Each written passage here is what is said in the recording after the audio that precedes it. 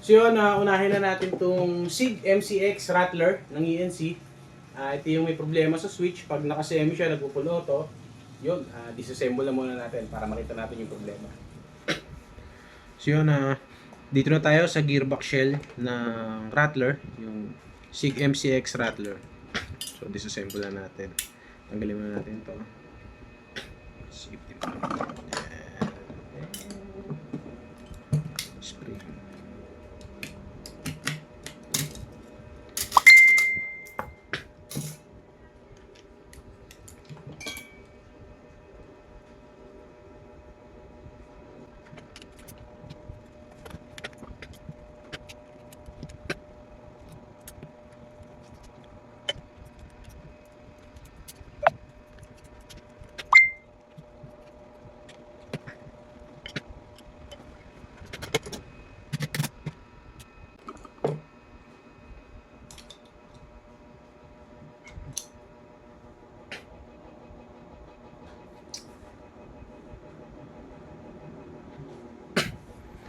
So yan, naka-A-stack na siya na MOSFET.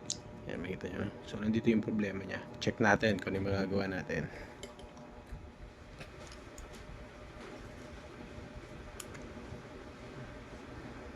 Later. So yun, sir, update lang tayo dito sa Rattler. So sinimulan ko na siya. Ito yung dating nakalagay, yung sa A-stack. Pinalit ko na yung stock ng ENC, yung tinanggal natin sa kanya. Tingnan mo ngayon, ito, naka-semi yan. Kahit half press lang, single fire lang talaga siya. Hindi na sumasabay yung full automatic niya dito sa semi. So yun, ganun kasimple lang. Ang problema lang is to, itong part na to. Pwede naman kahit di natin palitan, papatulisin lang natin to. Pero sayang kasi bago pa.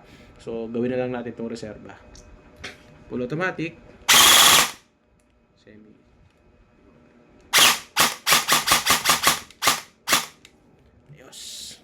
Reassemble na natin yung SIG MCX Rattler. Yan. Okay na yung problema niya. So yun, yung issue sa switch na semi-auto, nagawa na natin. Pakita ko lang sa inyo. Lagay mo natin syempre sa full auto. Full auto. Yan, lagay sa semi. Yan, hindi na siya nag-auto fire sa semi. Yun, kahit half press lang yung trigger. Yun. Okay.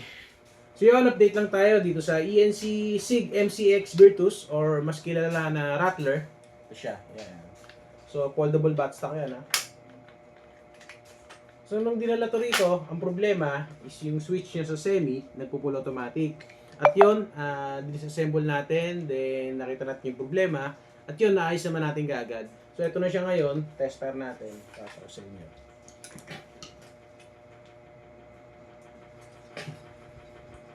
Pero bago yun, ito siya nung una, nung dinala natin. Panoorin nyo.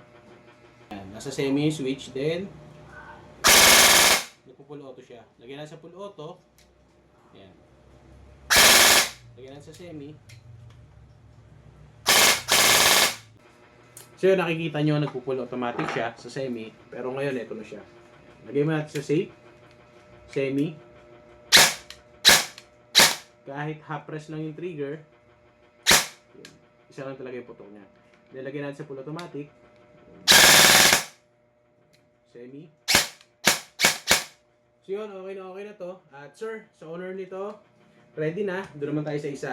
Yun. Next na natin yung HK416D na naka A-stack MOSFET din, pero ayaw na mag-fire. So itong unit na to is naka A-stack MOSFET din. So ito yung switch na A-stack niya.